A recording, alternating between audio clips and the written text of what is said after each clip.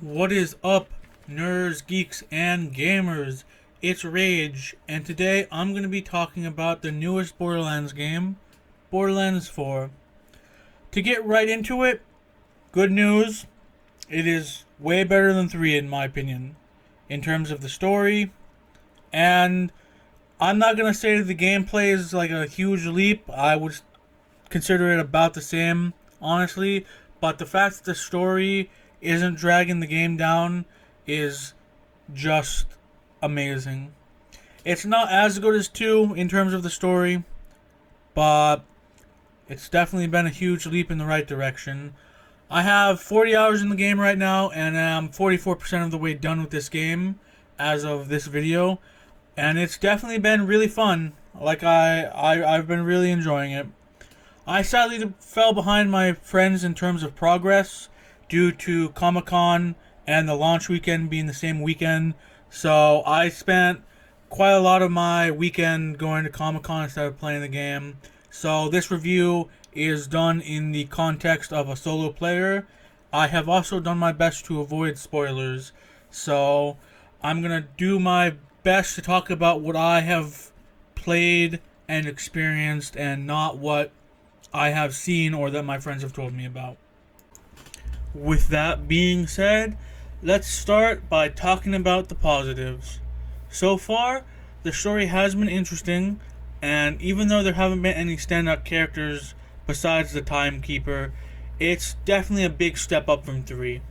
There haven't been any obvious issues in terms of the story or characters like with Ava, the twins, and Reese from Borderlands 3, but there also isn't anyone as standout as Angel or Handsome Jack or even Claptrap in 2. The Timekeeper and the other mainline bosses have been serviceable, but I personally haven't really felt threatened by them. And Annihilator Soul, who is the first of the mainline bosses, he's one of the 3 underlings of the Timekeeper, and the first one that I've beaten was honestly pretty boring.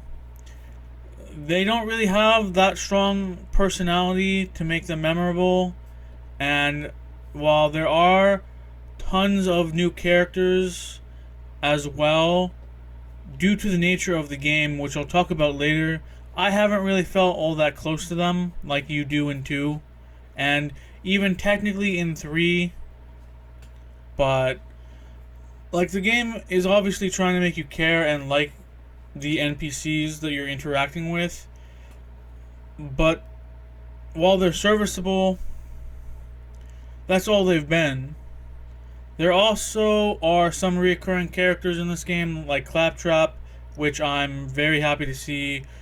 And if you disliked how they wrote Claptrap in 3, good news, they've toned him down quite a bit, and outside of the beginning quests, he hasn't really had any impact on the story outside of doing side quests with him, which I've honestly really enjoyed. All his quests have been really funny.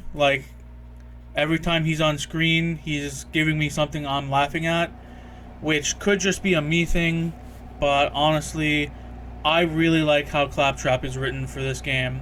It's a major improvement considering how over the top they wrote him for 3, and honestly, it's just really refreshing. I also think most people will enjoy his side quests.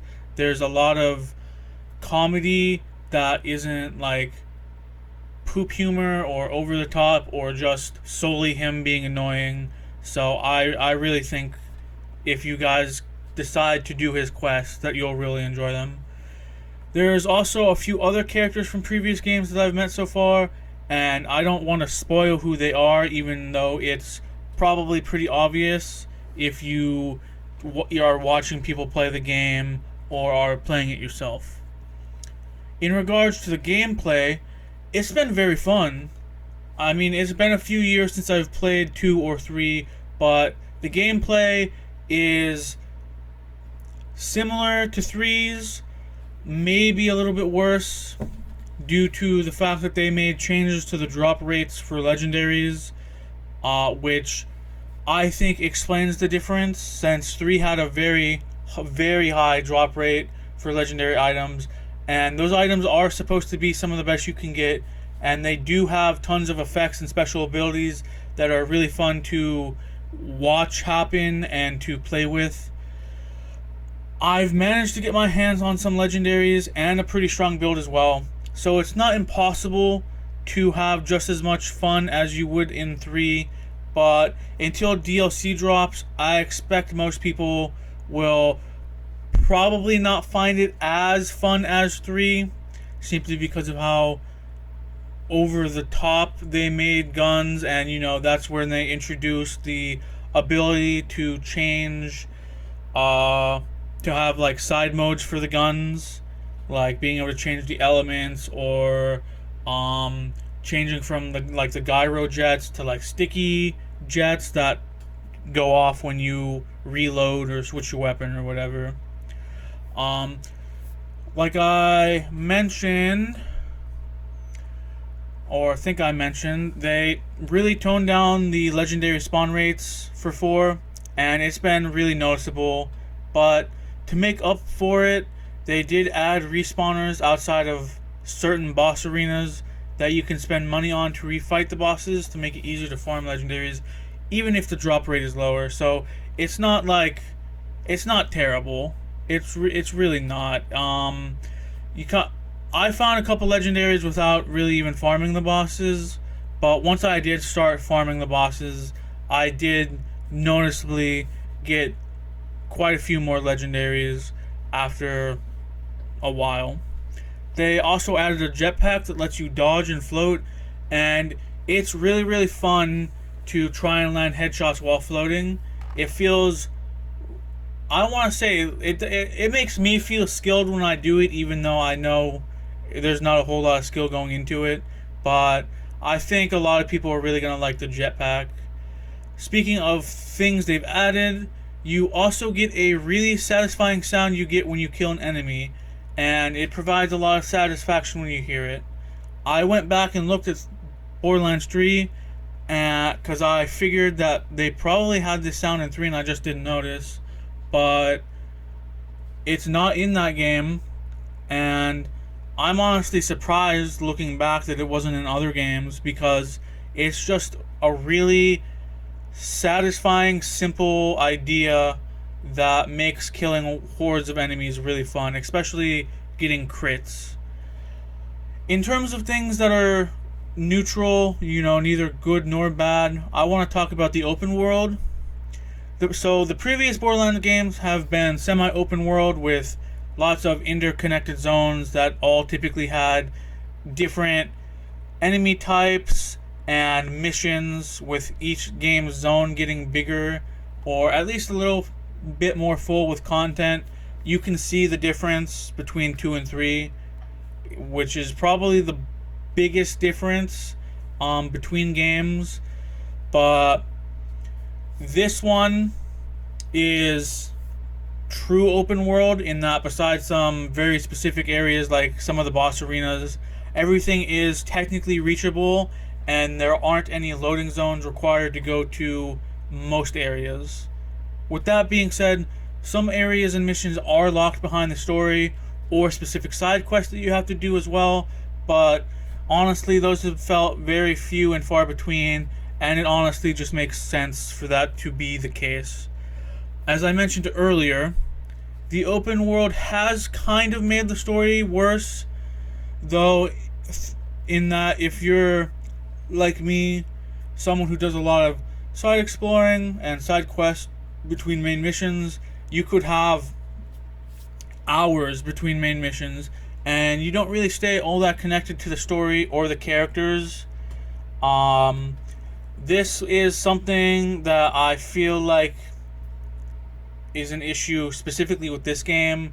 In 2, obviously Handsome Jack's always yapping in your ear and he's very charismatic, and you also do spend time in Sanctuary, and there's quite a lot of side quests you can do for characters in Sanctuary and characters that are on your side. In 3, obviously, even though I don't like the writing I did feel pretty close to some of the characters, and in this one, it just doesn't feel like there are a lot of side quests to do for like the Outlanders, which is the first group that you end up helping.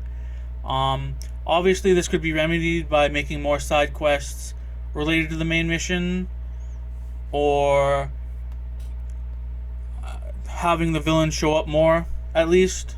Like, that being said, though, I have enjoyed the side quests, and there are some relating to the Outlanders. I just wish there were more quests you could do with them so you could form a stronger connection with them. I don't feel like that's too big of an ask. To be honest, there's quite a lot of the map where it's kind of just going between areas with quests in them, or, you know, the different hubs that you have. So far, in the next area I've gone to, I also have had to help a group of people, and I feel the same way about them.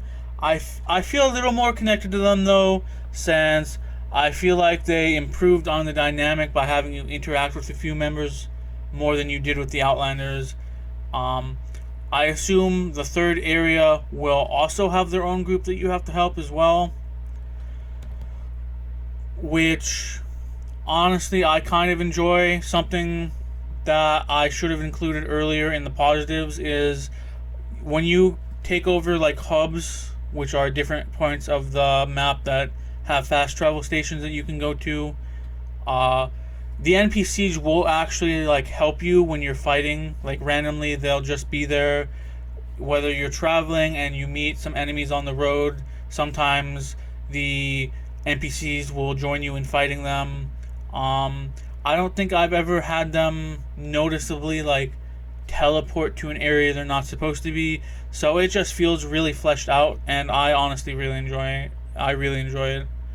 Annoyingly, though, I also have to say that this game has a lot of invisible barriers, and your character also sometimes has issues grabbing ledges, which is really frustrating because there are multiple times where an objective has been up a mountain, and instead of being able to climb up to it on the very obviously climbable mountainside, I've been forced to waste time going all the way down the road just so I can take another road just to get up the mountain, and it's just a waste of time, and it's a really bizarre choice to do it like that when I feel like I don't remember the other Borderlands games having that many issues. And because it's an open world game, I mean, obviously some areas would be off limits due to having mission related things there, but it bums me out that they decide to add all of these barriers in an open world game, which just makes doing quests and enjoying the game more tedious than it otherwise would be. As for the negatives, I really only have two things to complain about. I could talk about Randy Pitchford and his insulting of his player base and just gamers in general, but if you're watching this, you've probably already heard about that, so I'm just going to stick with talking about the game. The first negative is that the game keeps crashing. A lot of errors are in regards to my GPU, so I'm thinking it's a driver issue, but I've also talked to some friends and they've also had issues, and there's a pretty wide variety between us. So even if my GPU is the problem, it does seem like there are more issues than just that. Obviously, it's been pretty annoying, but so far I haven't had it interrupt anything important or had it happen when I have like a legendary on the ground or something and it happens and then I come back into the game and it's despawned. The only other thing I haven't really liked is related to the story, and it's kind of minor and also a spoiler, so please skip to the rating if you want to avoid it. In regards to Rush and how I said the game doesn't make you really feel close to the characters you're helping, during the storming of Idolator Soul's palace, you end up having to blow up a hole in the wall to get through, and Rush is one of the people helping do that.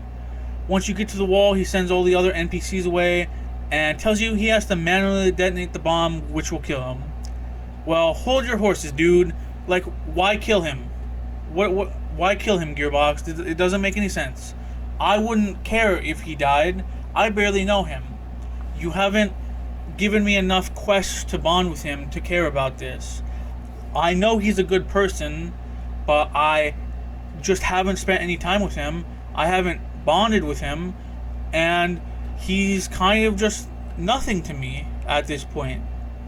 It just feels like a really cheap way to kill him, and it's really for no reason, since there are certainly a lot of ways to set off the explosives, like some of the guns in the game having an incendiary effect. All the characters also have powers, and I'm sure you could find bombs among the bandits as well.